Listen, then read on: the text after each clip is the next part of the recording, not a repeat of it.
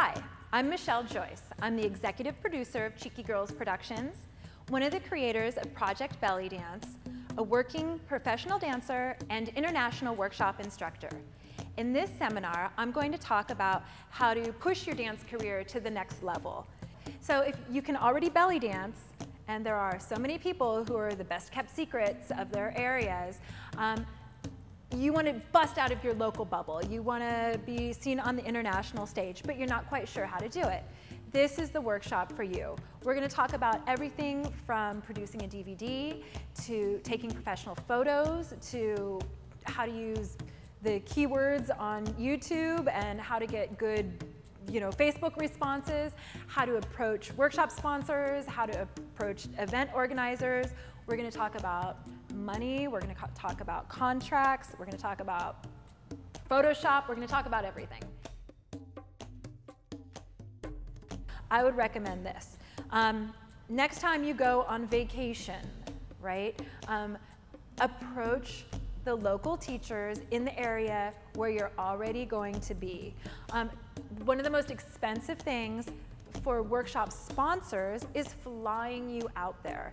If you're already there and you can swing by and do a workshop, that is going to appeal to them a lot, especially if you already have a place to stay. So for example, I have family in Australia, and I go to Australia every year or two, and while I'm there, I do a workshop in at least one city, sometimes 2, 3, or 4, and it's because they don't have to fly me all the way out from America.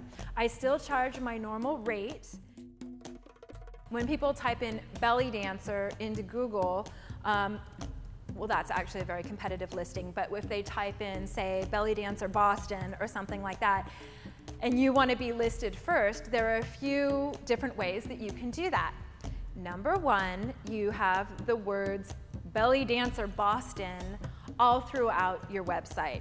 So in your text, especially up high on the page, the text that's up high on a page is given a lot more weight for search engines than the text that's really low down.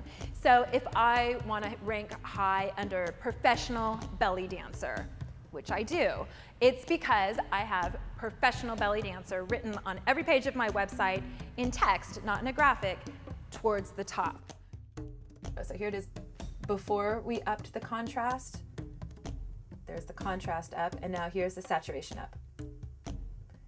The saturation is a little more subtle. I didn't crank it up too much on this photo.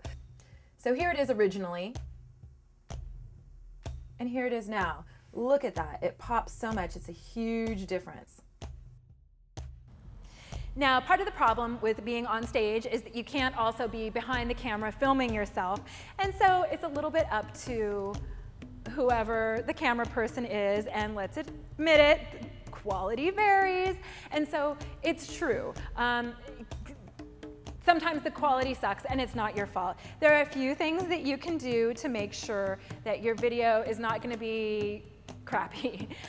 Number one, tripod. I'm not kidding.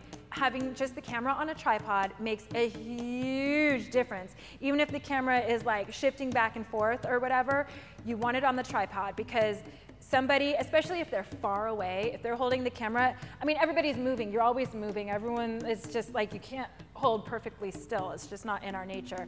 And so if they're far away and they're zoomed in, those little microscopic movements are going to become totally exaggerated, and your video is going to be like wah, wah, and it's going to be hard to see. You want the camera, if possible, not only to be on a tripod, but to be as close as possible. Especially in venues where there's not going to be a lot of light. If you're really far away and you're having to zoom in and there's not a lot of light, it's going to be a bad situation. It's going to be too dark. There are ways to lighten up the video in post-production, but it'll make it all like pixelated and bad quality and stuff. So just get close. That's like the number one easiest way to avoid that problem. The other thing is you want to make sure that your video is actually in focus.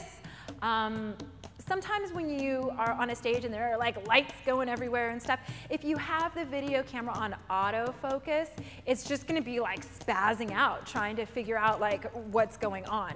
So I would suggest in those kind of big venues, take it off of autofocus. Have it on manual focus. Not every camera will allow you to do that, but if it does allow you to do that, you should do it, because then you're not gonna be falling in and out of focus. This tends to happen especially when you're stepping in and out of the light. And it's just like, it just makes your video look so crappy. Another thing is you should tell your camera person just the basic